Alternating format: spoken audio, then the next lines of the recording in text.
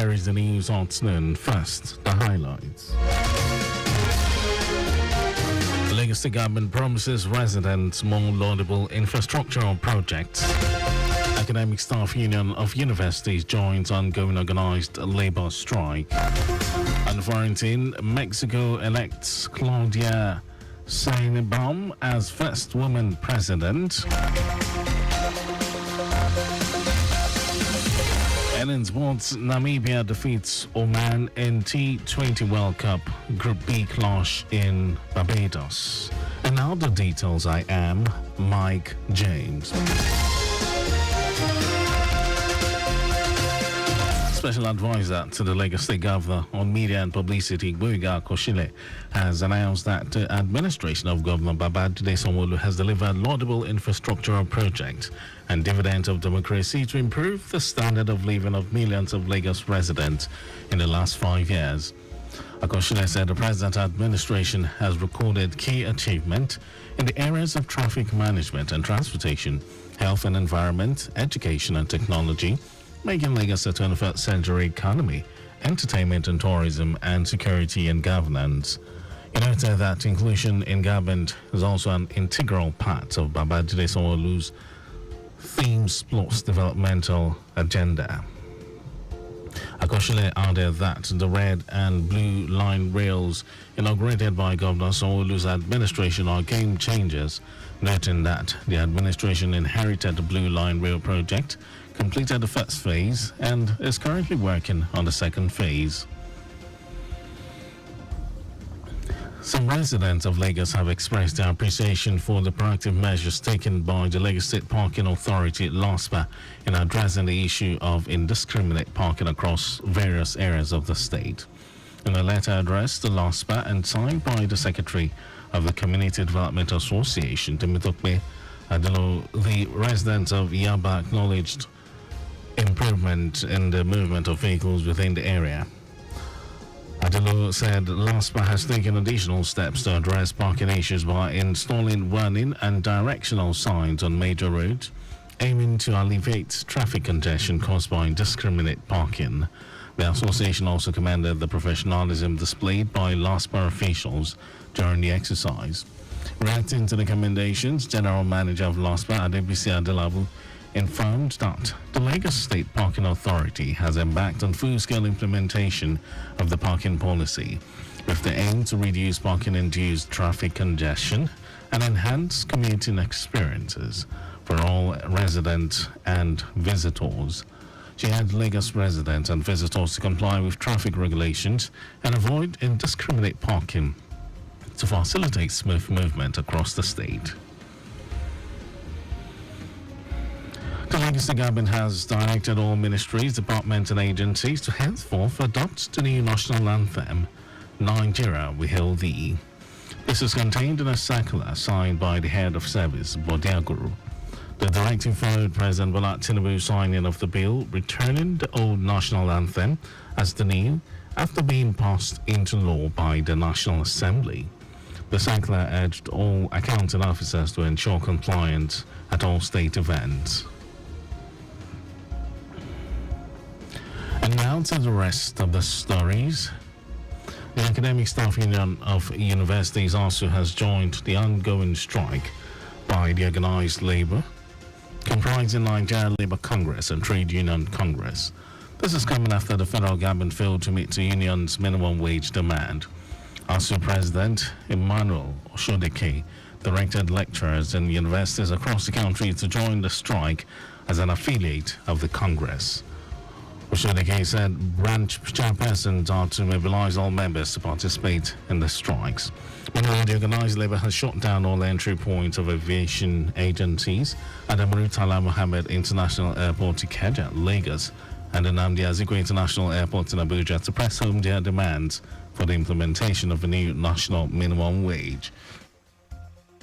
Also, there is compliance at the Radio House Agidingbi as labor leaders prevented workers from gaining access to the facility. According to the National Vice President, Radio, Television, Theatre and Arts Workers Union of Nigeria, RATAU, Dari Drosimi, only officers on grade level 14 and above are allowed to carry out skeletal services. The 14 and above are in there walking, and you can still listen to us and giving you the news of what is happening on the road and what is happening across the state, so that you can have an idea of what the strike is all about. Before people want to get information, but we know that if you allow everybody in, there won't be any effect. So anybody below level 14 should go home. That's what we have done. Lock the gates and let them go home. And that was the National Vice President's Radio, Television, Theatre and Arts Workers Union of Nigeria, Ratau Dari Drosimi. The Minister of Finance and Coordinator Minister of the Economy, Wale Edun, has declared that Nigeria's economy is experiencing an appreciable growth that may see the high inflation in the country come down in a few months. Edun said the situation is under control, saying the reforms and economic policies of President Bola Tinubu were gradually paying off. The National Bureau of Statistics had reported in its April Consumer Price Index that Nigeria's inflation rate rose to 33.20% in March 2024. According to the Bureau, food installation also surged to 40.01% in the month under review.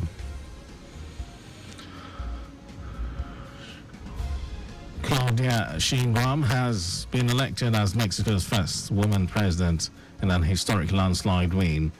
Mexico's official electoral authority said preliminary results showed the 61-year-old former mayor of Mexico City winning between 58% and 60% of the vote in Sunday's election. And that gives her a lead of most 30% points over her main rival, businesswoman Xochitl Galvez. Sheinbaum, a former energy scientist, has promised continuity, saying that she will continue to build on the advances of outgoing President Lopez Obrador. And in sports news, Namibia has scored a nerve-shredding victory over Oman in their T20 World Cup Group B clash in Barbados after a low-scoring thriller was decided by a super over. David Wise was the hero for Namibia, contributing 13 runs in the Africans' super over total of 21 before restricting Oman to 10 runs with the ball in hand to seal a crucial win.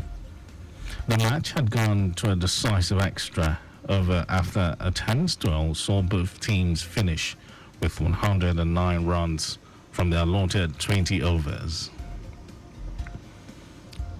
And that was our news at 12. But just before we go, ensure you make use of your seatbelt while driving.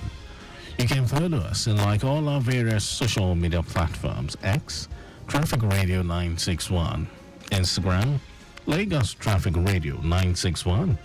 Subscribe and watch our news and programs live on YouTube at Traffic Radio 961. And you can also visit our website, trafficradio961.ng. Did you know that the Sanwo-Olu administration injected 100 high medium capacity buses for standard routes?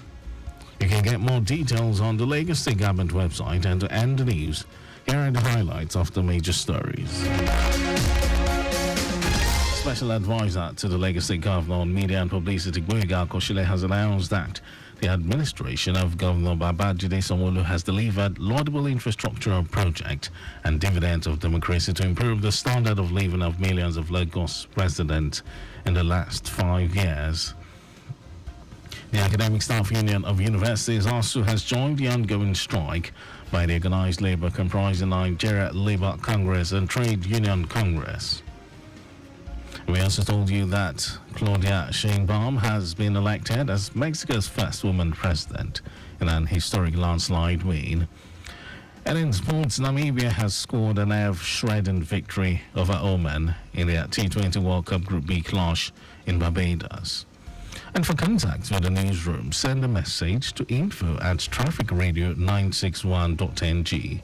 And that ends the news broadcast from Lagos Traffic Radio 96.1 FM. I am Mike James. Beautiful afternoon, Lagos, and thank you for listening.